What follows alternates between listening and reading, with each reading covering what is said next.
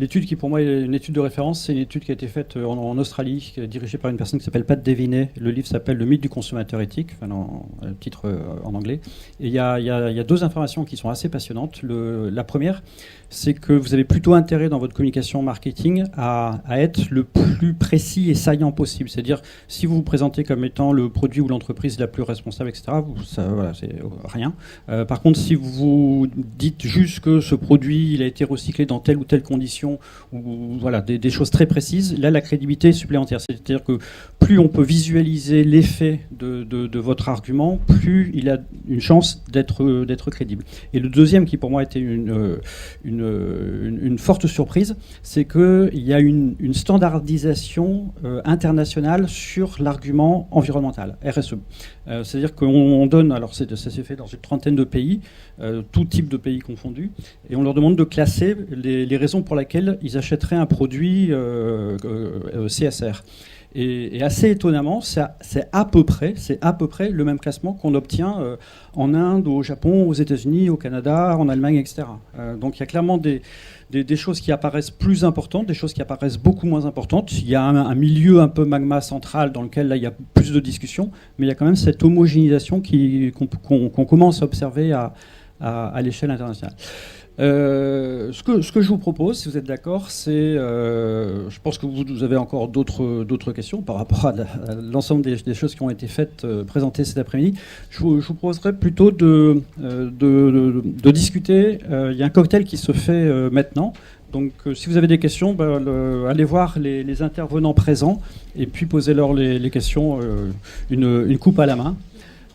Moi de mon côté, en tout cas, je ne sais pas vous, mais moi j'ai bu du petit lait cet après-midi. Je me suis régalé. J'ai trouvé que c'était assez passionnant pour une première. Je trouve que ça me semblait utile que des chercheurs puissent présenter le résultat de leurs recherches, parce que nous, nos recherches, en général, on les publie dans des magazines que vous ignorez totalement. Et en général, il y a 9 pages de méthodologie avant de vous présenter nos résultats. Donc, il y a quand même des passerelles à construire.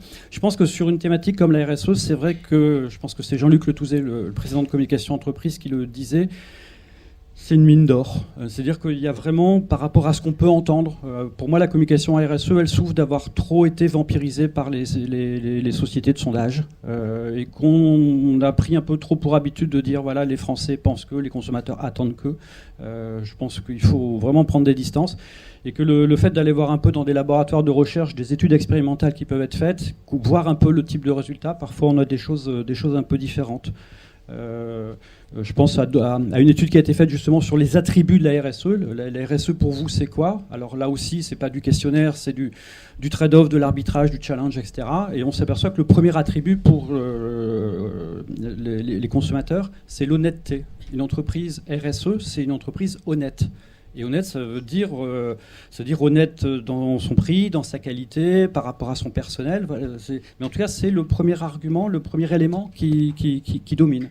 On voit aussi des études qui sont faites sur des sites internet où des entreprises se gargarisent d'être en interaction totale.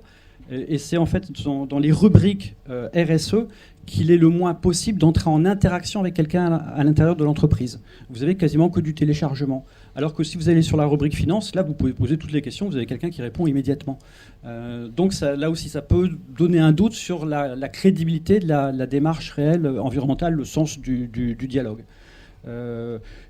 Communication Entreprise avait fait avec Inférence aussi une belle étude un peu sémio sur les rapports d'activité, et c'était l'année dernière dans la Revue française de gestion, il y a aussi un article qui est sublime sur une étude de rapport d'activité sur la période, de rapport d'activité développement durable sur la période 2006-2010. Et on voit que malgré la crise des subprimes, les récessions, etc., le discours environnemental n'a absolument pas varié. C'est-à-dire que les entreprises pouvaient faire des restructurations d'une férocité parfois très dure, mais dans le même temps, il va y avoir 2 pages sur le reboisement qui a été fait près de la montagne 5 Victoires, etc. C'est-à-dire que c'est toujours ce type de discours un peu enchanteur. On est dans le registre de l'utopie. Et je pense que peut-être on a été trop loin, peut-être on a trop valorisé cette communication sans percevoir les effets qu'il pouvait y avoir. Et à mon sens, là aussi, ça fait partie du b.a.-ba qu'on enseigne à tous nos étudiants en communication. En communication, c'est la fonction agenda. C'est-à-dire que quand on communique, on ne dit pas ce que vous devez penser, c'est aussi le rôle des médias, on dit ce à quoi vous devez penser. C'est-à-dire on attire votre attention. Et peut-être que les entreprises, à force de communiquer beaucoup, à un moment donné, ça pouvait paraître la panacée, la solution, parce que développement durable, on était forcément tous d'accord. Ça a introduit cet effet boomerang, qui est de dire l'entreprise, elle a peut-être aussi pointé du doigt des problèmes dont elle pouvait par la suite être accusée. Et je pense que là, on le voit, il y a peut-être un retour qui s'opère. En tout cas, il y a une décrue de l'argument environnemental dans la communication des entreprises. Donc plus globalement, c'est ce que je dis là sur la communication environnementale, c'est valable plus globalement sur l'ensemble de la communication corporate, institutionnelle, interne. Donc si j'ai un conseil à vous donner aujourd'hui, c'est rapprochez-vous de laboratoires. D'abord parce qu'il y en a partout, il y en a dans toutes les universités. Le gros avantage qu'on a, c'est qu'on est complètement gratuit. Ça vous empêche pas, si vous pouvez nous payer, c'est bien.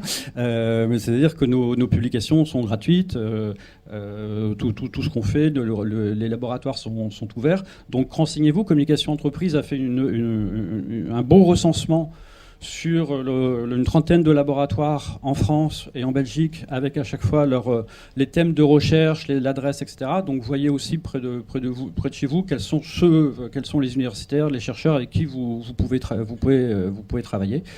Voilà. Sinon, je voudrais vraiment remercier aussi vraiment toute l'équipe, parce que Communication Entreprise a cru à cette idée de commencer à mettre une passerelle entre le monde de la recherche et le monde des opérationnels. Et on est à votre écoute très fortement. Moi, j'ai l'impression qu'aujourd'hui, c'est le début et qu'il faut continuer ce genre de choses. Par contre, j'ai aucune idée de sous quel format. Là, j'ai l'impression qu'aujourd'hui, c'est tout à la fois bien parce que il y a plein de Zoom, on fait venir plein de personnes un peu différentes. Dans le même temps, c'est très frustrant parce que c'est toujours très rapide. Donc, est-ce qu'il faut prendre un ou deux thèmes et puis le traiter ? Si on refait ça l'année prochaine, parce que ça se prépare bien à l'avance, sur quel thème on pourrait travailler, la com de crise, la com interne, la com digitale. Donc voilà, toutes vos idées pour essayer d'améliorer ce genre d'événement comme celui d'aujourd'hui, on est particulièrement preneur. Voilà, merci à vous et je pense qu'on passe...